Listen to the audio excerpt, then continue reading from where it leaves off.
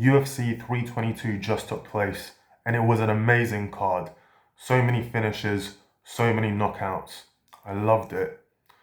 The main card kicked off with Benoit Denis versus Benoit Dariush, and I thought BSD was going to get the win, and he did in sensational fashion. 16 seconds, he knocked out Benoit Dariush in 16 seconds, and it was phenomenal.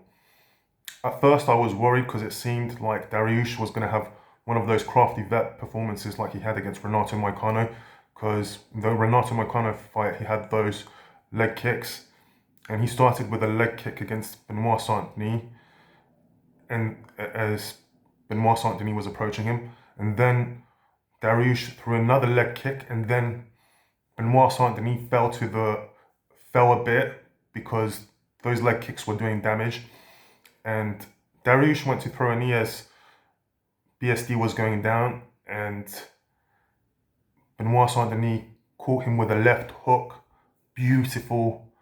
Dariush fell down, and the fight was called off because Dariush was out of his senses. Amazing comeback victory. Well, I can't even say comeback victory because that's 3 wins in a row now by Benoit Saint-Denis. Fantastic. I'm looking forward to seeing what he does next. So after the BSD fight, we had Carlos Prates versus Leon Edwards. You know, Leon Edwards was against 2 pressure wrestler fighters in his last 2 fights. So this was supposed to be a strike-on-striker matchup. It was supposed to be a favorable matchup for him. But with someone like Carlos Prates, as dangerous as Carlos Prates, can it really be favorable?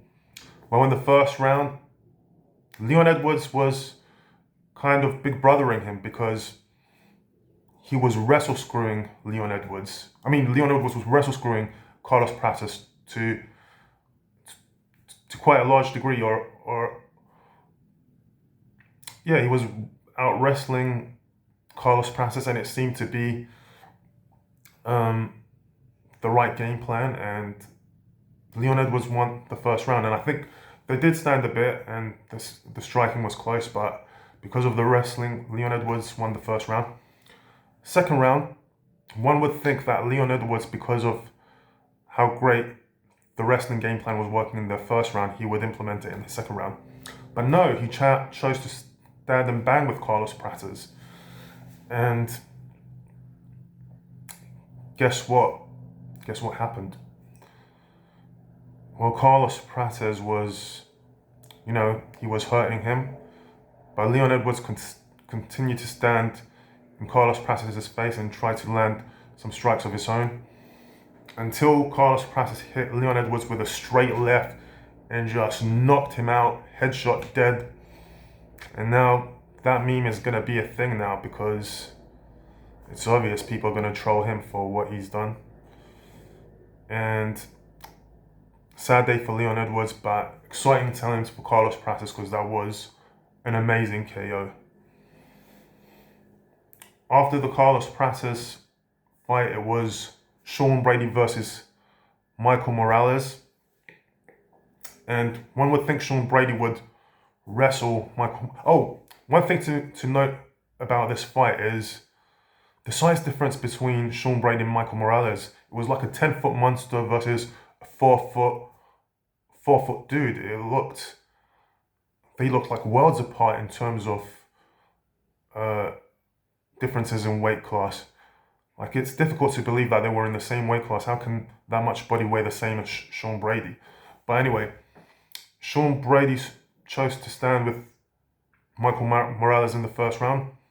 He made no takedown attempts.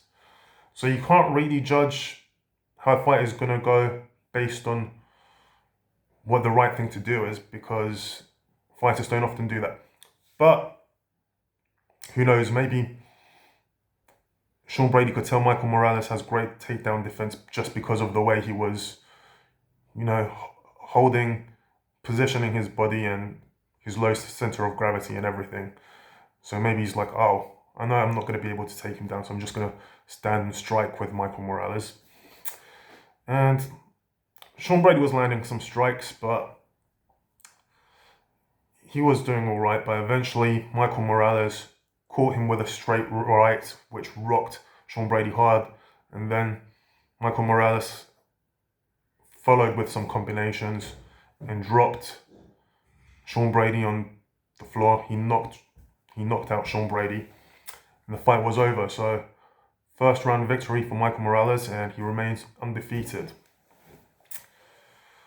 After that, we had Zhang Weili versus Valentina Shevchenko. Shevchenko retained her title because she out-wrestled Zhang Weili for the most part of the 5 rounds. So it was a unanimous decision victory for Valentina Shevchenko.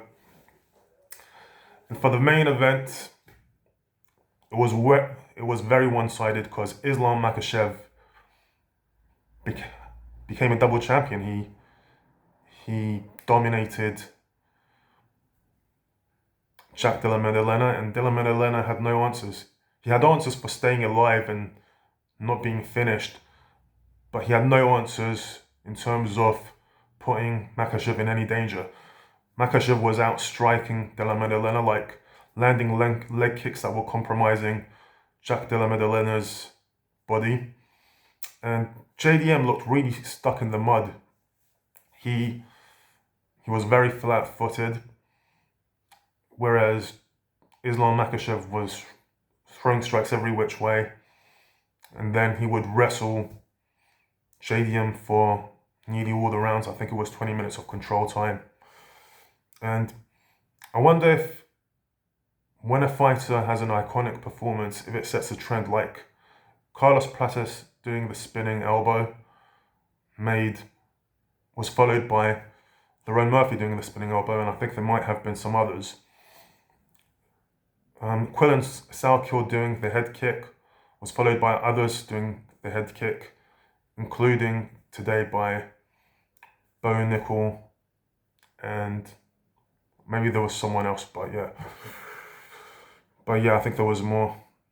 So I'm wondering now if, because Khamzat Chimaev dominated Dricus for 5 rounds and wasn't worried about being entertaining, Makachev took a page out of his book and just dominated for 5 rounds, because Makachev's previous fights were more entertaining because he would stand a lot and wrestle.